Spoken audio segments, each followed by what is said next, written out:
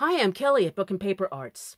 And if you remember, a few weeks ago, I was working on my latest altered book with a floral theme.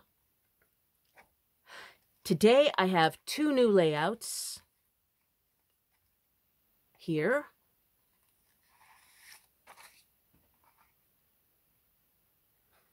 And here.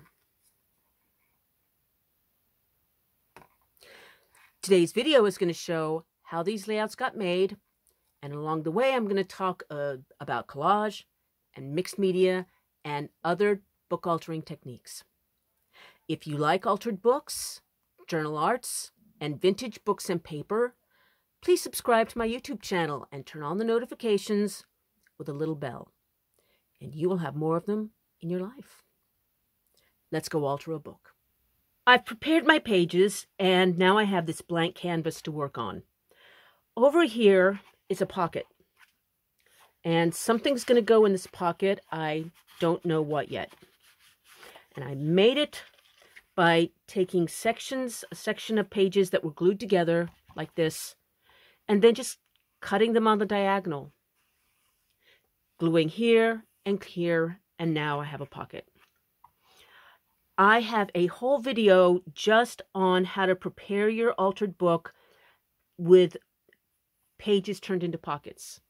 And if you want to try that, I'm going to link to it in the text below so you can find out how to do it. My point is, there's going to be something really pretty and fun here at the end. So this layout does not have to be busy. In fact, it's better if it's not. And I want to consider that while I'm laying this out, what that's going to look like visually.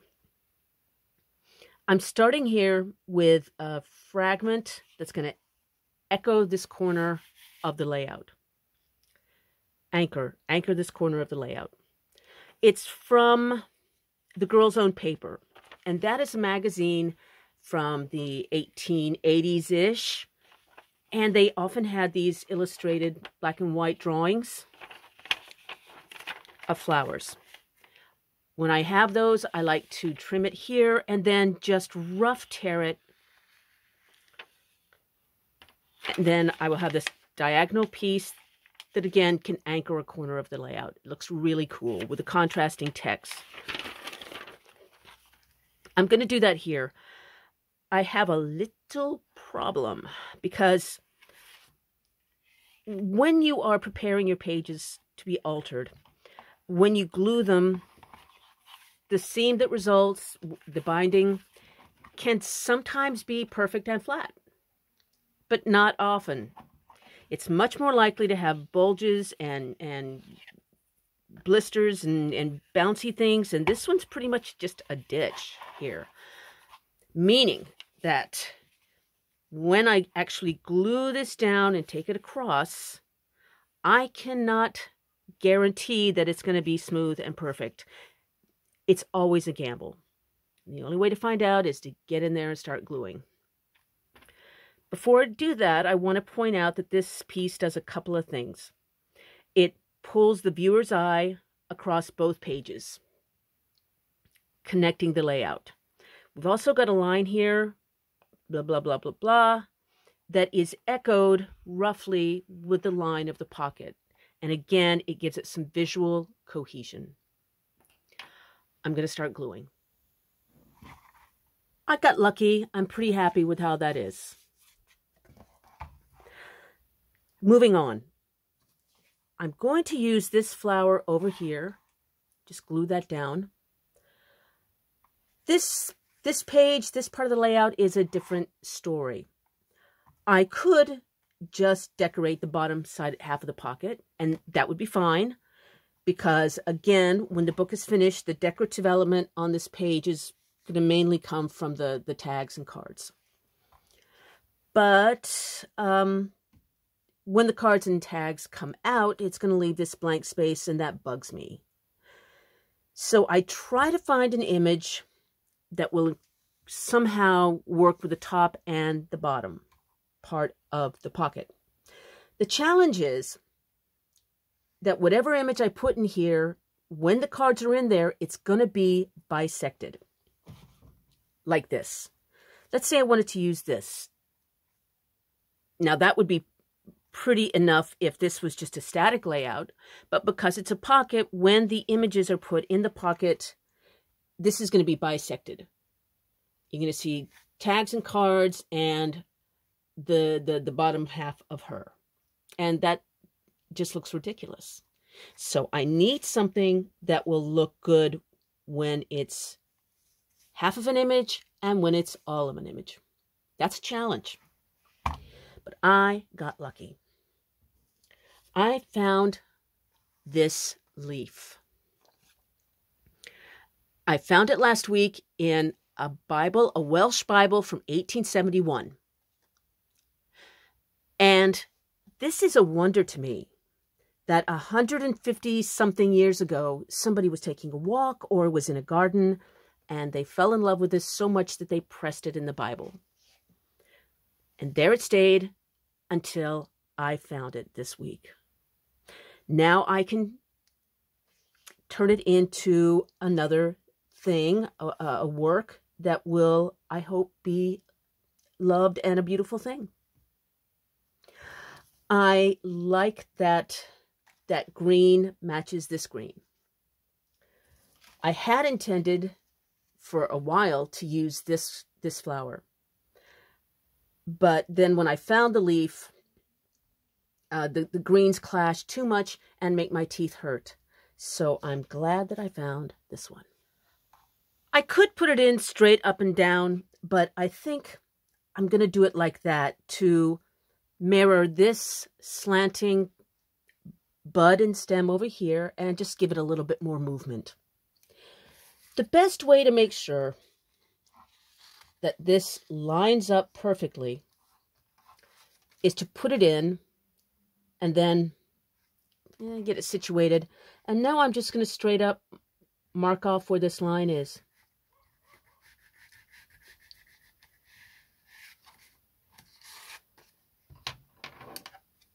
And very carefully cut it in half.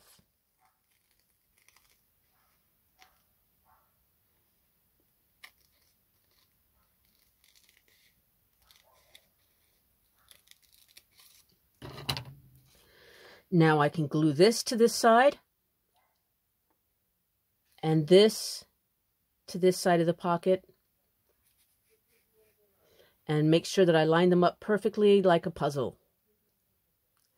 And that'll work. I have lightly marked where I want this with pencil right here so I can find it again.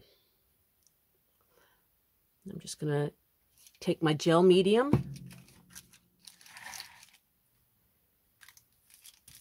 and be pretty generous with it, because even though this is old, this leaf is still pretty robust.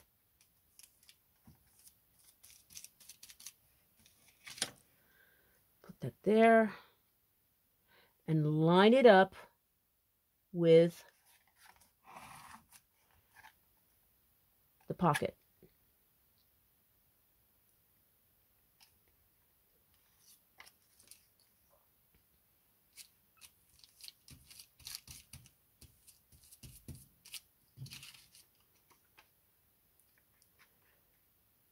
And now I'm going to put this here. I always, when I glue elements to a page, I always put some deli paper, some greaseproof paper between the pages, weight them down so they can dry.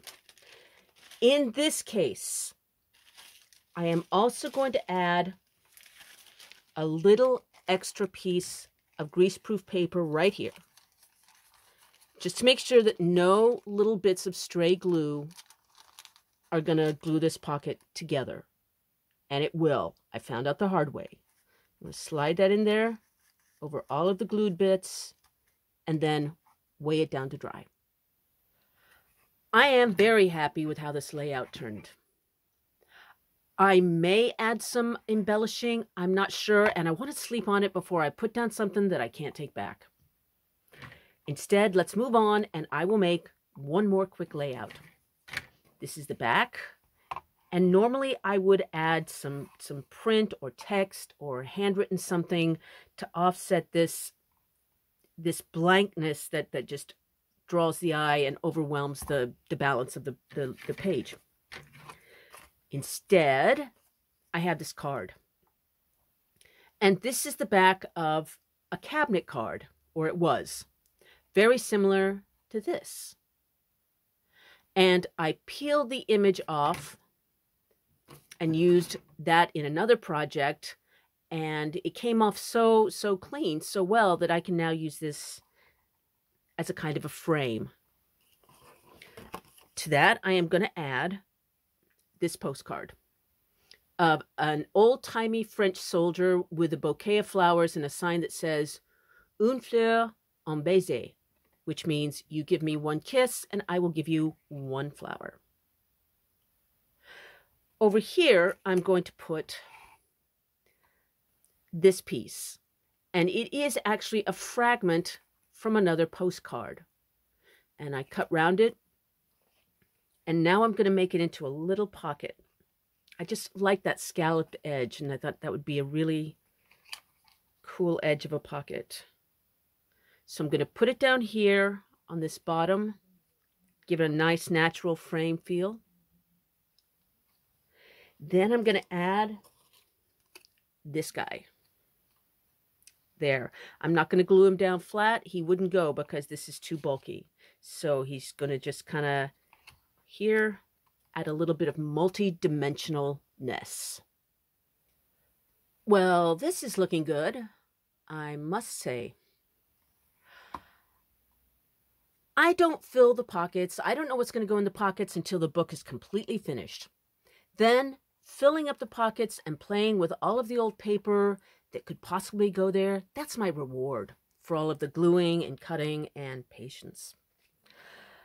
But it is fun to get an idea of what might go there, such as this cigarette card from the 1890s.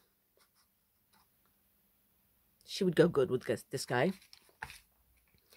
Maybe this calling card from the 19-teens. This is more narrow, so my choices are limited, but that's okay too. Over here, not sure.